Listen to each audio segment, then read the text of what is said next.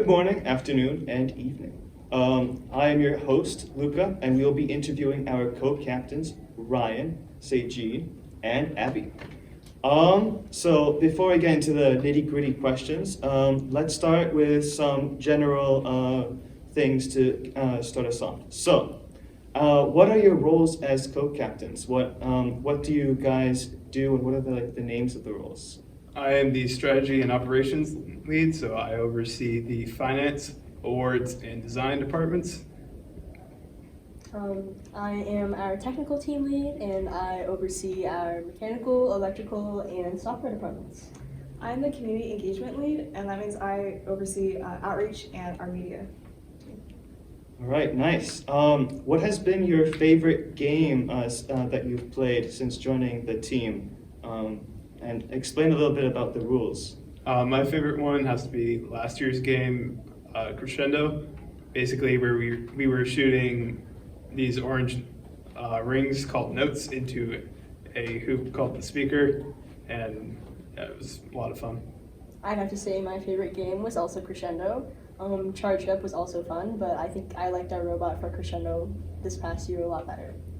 I really liked our robot for Crescendo, but personally I really liked Charged Up. For Charged Up, we had these inflatable cubes and cones that we had to go travel across the playing field and put onto platforms. I thought that was really fun. All right, neat. A lot of cool, diverse games here. Have you always been interested in STEM? Did you just wake up one morning and said, "Oh my God, I'm gonna do STEM"? Or how did that process happen? I've always been interested in engineering. I found out there was a robotics team in middle school, and I joined the FTC team that we oversee and run. And also my mom was part of FIRST, so that's part of the way I got into this. She was in program in 1996. I've been decently interested in STEM, but I had always liked the arts and stuff more, along with music.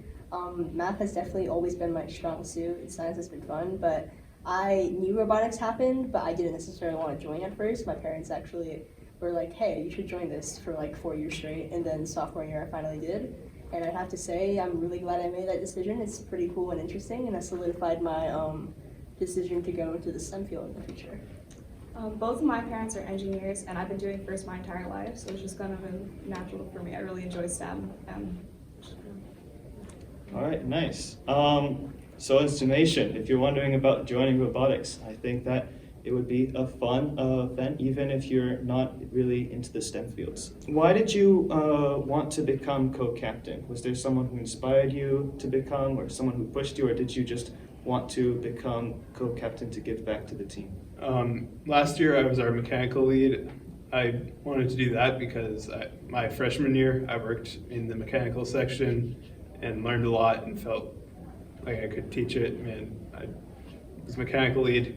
Then by the end of the year, I'd done 1 year of that and thought that I could do the co-captain part, and there was another person that could do the mechanical lead part, so I decided I'd like to see something different. So I started off in electrical, which is now known as technical, and I started off not in any leadership position. The year after, I ended up filling in that leadership position as that person moved up to my current position. And then, so that was a fun experience, and then I decided to go for co-captain because I was inspired by a bunch of the different leadership members from the previous years, and I just thought it would be a fun thing to do. So I was the awards lead last year. It is now known as documentation and achievements lead. I really enjoyed that position. It was just something that worked for me. But I wanted to continue doing leadership, but also let somebody else fulfill that role this year. So I thought that co-captain would be a good way to go. Picking back on the previous question, what important skills have you learned from being part of the team and also being a co-leader so far? I've learned kind of just a lot about how things work mechanically and what causes things to work, and then also a little bit more about running a business, because this program is like a business. We get money and we have a product of the robot, and every year we try to make that happen. Yeah, I'd have to say it's pretty similar for me. I didn't have any robotics experience before this, and although both my parents were or slash are engineers, I never really got too into it outside of like math itself. I have to say I also learned quite a bit about the design process and also overall how a business itself functions. I think it's very cool how it is that these first teams are set up to be like a business so that everyone kind of gets the opportunity to get experience in each of the different types of fields. For me, I really enjoy computer science and programming, and it was really interesting to see how that translates to robots because I always saw it as how do we just program in general. But then, like you both said, our team really is like a business. So it's interesting. For me, it was mostly how do we communicate? How do we get our message across, whether that's to businesses or to us judges at competitions, or really just to other departments in our team. It's something that we. All right, cool. It sounds like a lot of these skills can be utilized beyond just the robotics, so that's really neat. Out of all of the experience you've had so far at Red Storm, what has been like the best memory that you can remember? For me, probably when we were at Worlds, there was one competition that we had there. One of the matches, we were with two other teams. One of them was also from around here, and then the other one was, I don't remember exactly where, but wasn't close to us at all. And it was me, Nehemiah, and Alex Buckley, our old finance lead. We were all cheering for all three teams. And then the next day we got into our pits and we found a little note from one of the teams. It was the one that wasn't from around here. It was like a brand new team, and they left us a little note saying like, thank you for supporting us, and then also gave us a little keychain. Yeah, that's cute. I think one of my favorite memories would also have to be during Worlds. I think after seeing competitions in general are my favorite part of the season, and especially being able to go to Worlds and seeing how huge that like stadium was basically, and how there was 8 different fields, and just seeing all these different teams from all around the world. It was like really interesting to be able to connect with all these different people that I usually wouldn't be able to, and I think that was just really fun.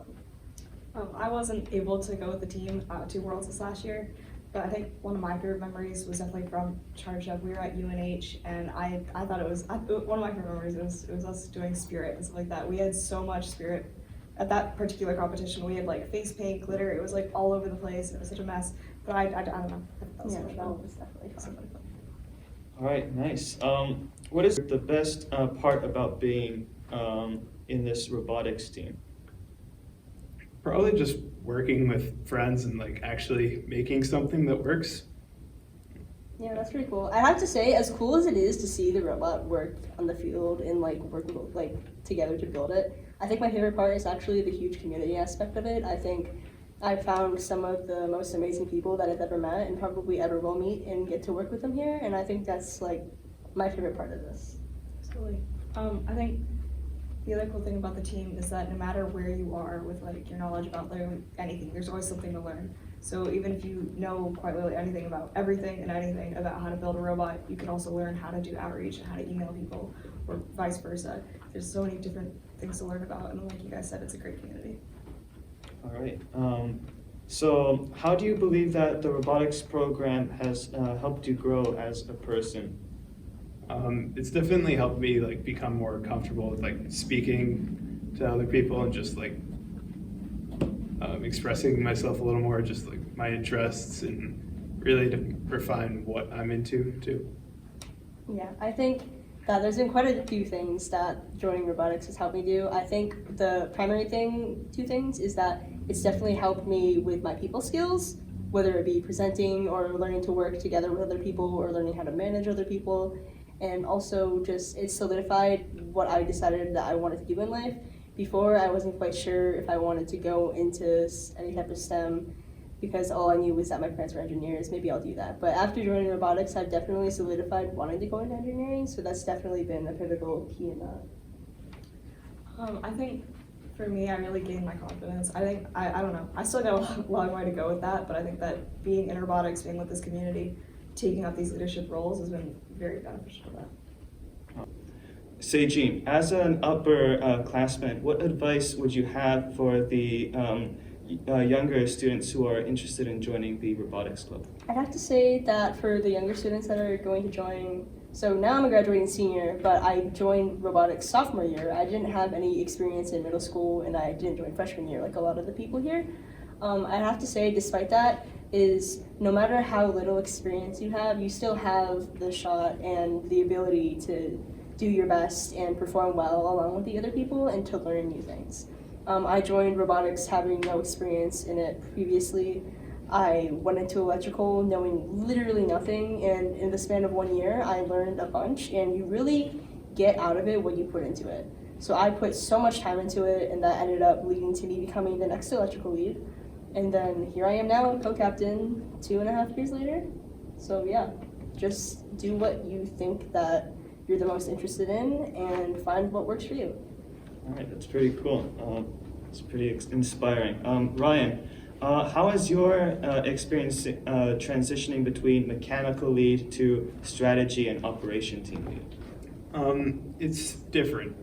It's taking a little bit of a step back from what I'm normally used to and comfortable with, and trying something new. It's been a change in what I'm doing like everyday stuff, but I still go into the mechanical section and help out a little bit here and there, and it's just focusing on a different part of it, but still all to the same goal. All right, and Abby, out of all the outreach programs that you've helped plan, which was your favorite, and what's your vision for community engagement in this team? I think one of my favorite outreach events we did most recently, actually, we started it this year. We had a Girl Scout badge blast, and I thought that was a great opportunity that we were given, and I thought it was really fun. We had I don't actually remember the number, but we had so many Girl Scouts come in, and they were able to get their badges done, and it was really fun getting to interact with them, having them see around the shop. They were able to look at our robots and our machines. It was very fun. It was nice chatting with them. My goal for community engagement, I think I want us to have a stronger social media presence. I think especially with so many students and younger people on social media more, I think that's something that we need to prioritize. I also think that if we're going to be doing more stuff like the Girl Scouts, we can also find more outreach activities like that we can branch off into. All right, nice. I think that's really cool that we have the opportunity to work with other organizations and sort of give back our knowledge that we had accumulated over these past few years. All right, and now going back to Seijin, what are your department's plans in preparing for the upcoming build season, and what would you personally like to see happen on the mechanical side of things?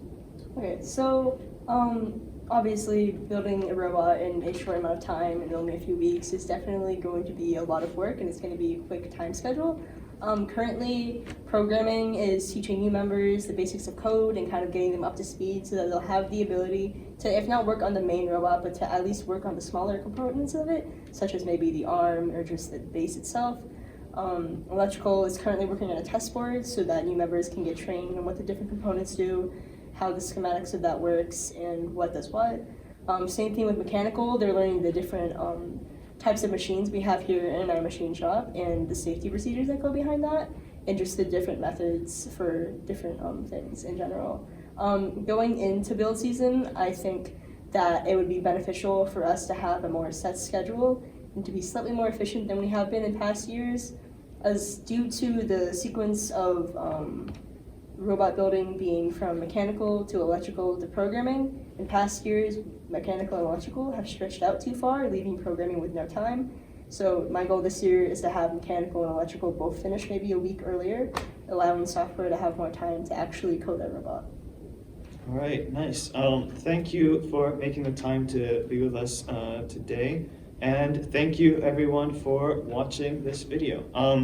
Tune in for our next episode, which will be walking through what actually happens during a typical meeting within our team. All right, see you. Thank you guys. Thank you. Thank you guys.